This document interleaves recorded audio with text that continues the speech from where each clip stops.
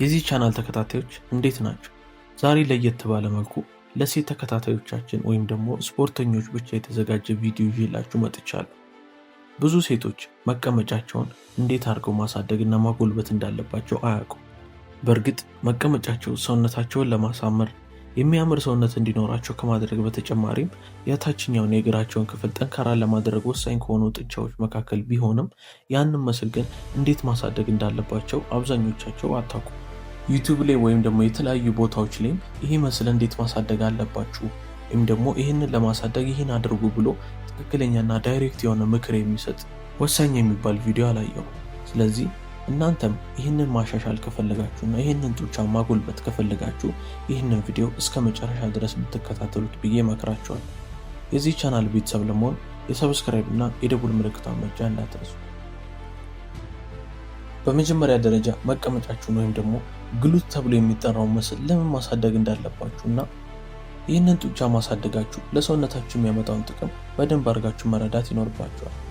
ግሉት ወይም መቀመጫ ብለን የምንጠራውን የሰውነታችንን ክፍል ስናሳድግ የቁንጅና ወይም ደግሞ ሰውነታችን ከማማሩ በተጨማሪ የታችኛው የሰውነታችን ክፍል ስለሚጎለብት የትኛውንም አይነት እንቅስቃሴ ስናደርግ የተሻለ ጉልበትና ጥንካሬ እንዲኖረን ያደርገናል። ብዙ ጊዜ በጣም ቀጫጫና ትንሽ የሚባል መቀመጫ ወይም ደግሞ አጠቃላይ የታችኛ ሰውነታቸው ቀጫጫ የሚባል ከሆነ ብዙ አይነት ጉዳት ያጋጥማቸዋል። ጉልበታችን ላይ፣ ጀርባችን ላይ፣ የተለያዩ የሰውነታችን ክፍሎች ላይ ኪሎ በምናነሳበት ሰዓት ጉዳት ሊፈጠርብን ይችላል።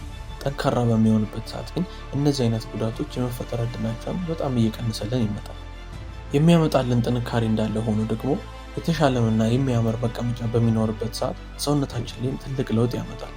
ሴቶች ላይ ትልቅ ለውጥ ከሚፈጥር አስፈላጊና የሚያምር ሰውነት እንዲኖራቸው ከሚያስፈልግ አንድ ወሳኝ ጡንቻ ግሉት ብለን የምንጠራው ነው። ስለዚህ አሁን ይህንን ምስል ለምን ማሳደግ እንዳለባችሁ አብዛኞቻችሁ ትረዳላችሁ ብዬ አስባለሁ። ግሉታችሁን ለማሳደግ ያስፈልጋሉ ብዬ ያሰብኳችሁ 6 ወርካውቶች አሉ። ከመጀመሪያው ወርካውት እንጀምር። መጀመሪያ ላይ የምናገኘው ወርካውት ባርቤል ሂፕ ትረስት ተብሎ ይጠራል። ይህንን ኤክሰርሳይዝ ለመስራት የሚያስፈልገን አንድ ባርቤል እና ጀርባችንን የምናስደግፍበት የሆነ ቤንች ነገር ነው። ኤክሰርሳይሱ ቪዲዮ ላይ እንደምትመለከቱት ባርቤሉን ሆዳችን ላይ እናስደግፈዋለን። ጀርባችንን ደግሞ ቤንቹ ላይ ካስደገፍን በኋላ እግራችንና የመቀመጫችንን ምስል ተጠቅመን ያንን ኪሎ ወደ ላይ የመግፋት ስራ ነው።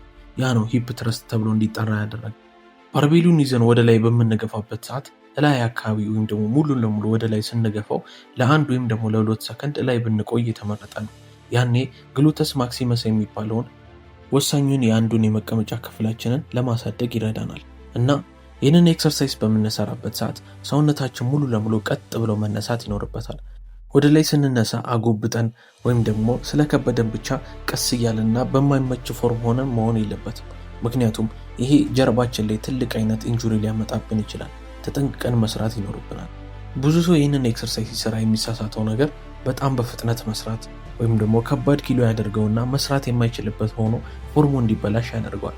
ነገር ግን ይህንን ኤክሰርሳይዝ ስትሰሩ ቀስ ብላችሁ ረጋ ብላችሁና መስራት የምትችሉትን አይነት ክብደት ተጠቅማችሁ መሆን አለበት።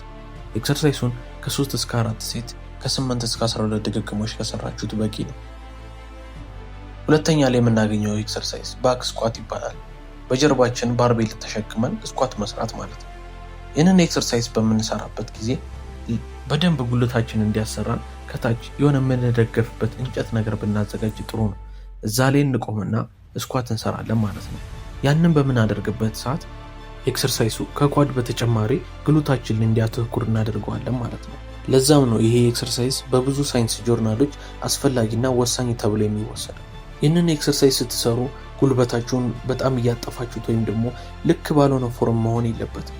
ቀስ ብላችሁ ረጋ ብላችሁ ሆዳችሁን አጠንክራችሁት በትክክለኛው ፎርም ነው እያንዳንዱን ድግግሞች መስራት የሚኖርባችሁ። አንዳንዱን በተሳሳተ ፎርም፣ አንዱን ደግሞ ልክ በሆነ ፎርም ከሰራችሁት የዚህ ኤክሰርሳይዝ ኤፌክቲቭነስ እየቀነሰ ይመጣል። ከባድ ኪሎ ተጠቅማችሁ ከ3 እስከ 5 ሴት ከሰራችሁና 6 እና 10 ድግግሞች ደግሞ በእያንዳንዱ ሴት ከሰራችሁ ለዚህ ኤክሰርሳይዝ በቂ ሰርታችኋል።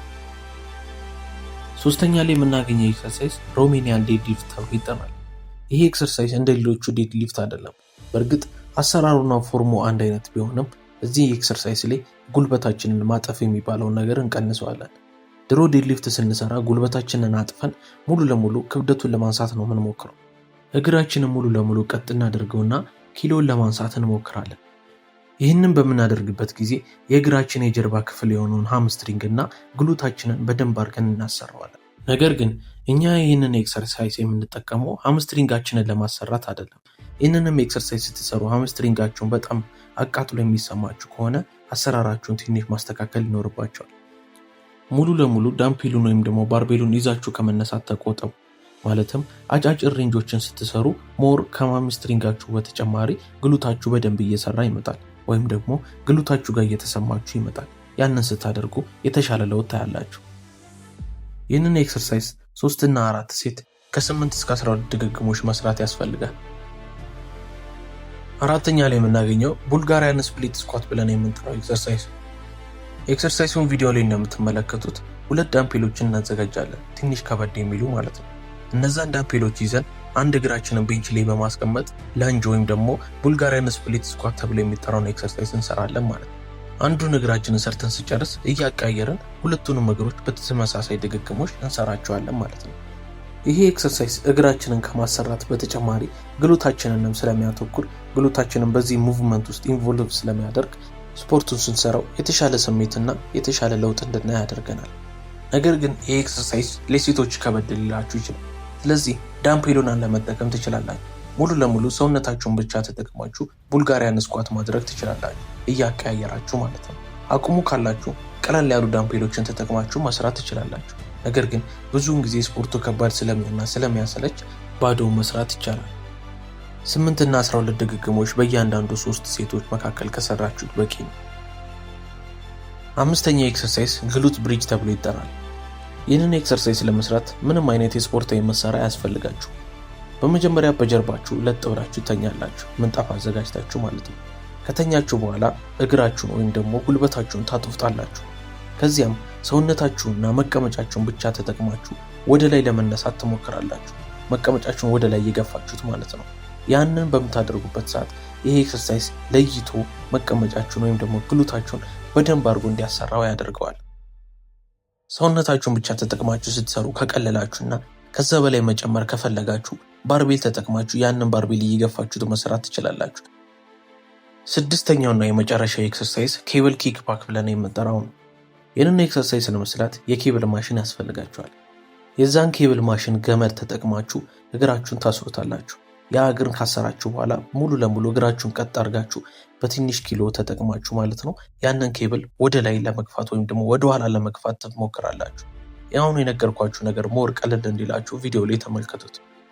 እግራችሁ ሙሉ ለሙሉ ወደ ኋላ በምትገፉበት ሰዓት ግሉታችሁን በደንብ እንዲሰባችሁ በጣም ቀስ ብላችሁ ብትሰሩና ስታወርዱት ደግሞ ቀስ ብላችሁ ብታወርዱት ይመከራል። ያ ግሉታችሁን ከምታስቡት በላይ ያሰራላችኋል። ይህንን ኤክሰርሳይዝ ስትሰሩ ኬብሉ ላይ በጣም ብዙ ኪሎ ጨምራችሁ መሆን የለበትም።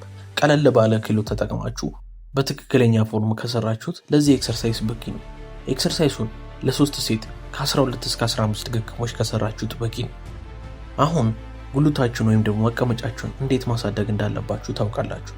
አሁን የነገርኳችሁን 6 ኤክሰርሳይዞች ተጠቅማችሁ የምትፈልጉትን አይነት ሰውነትና እስከዛሬ ስትመኙት የነበረውን ሰውነት ማግኘት ትችላላችሁ። ዋናው ነገር ተስፋ ሳትቆርጡ ይህንን ኤክሰርሳይዝ ለ6 ወር ለ3 ወር ያለምንም መሰላቸት መስራት ነው። እስካሁን አብራችሁኝ ስለነበራችሁ ከልብ አመሰግናለሁ።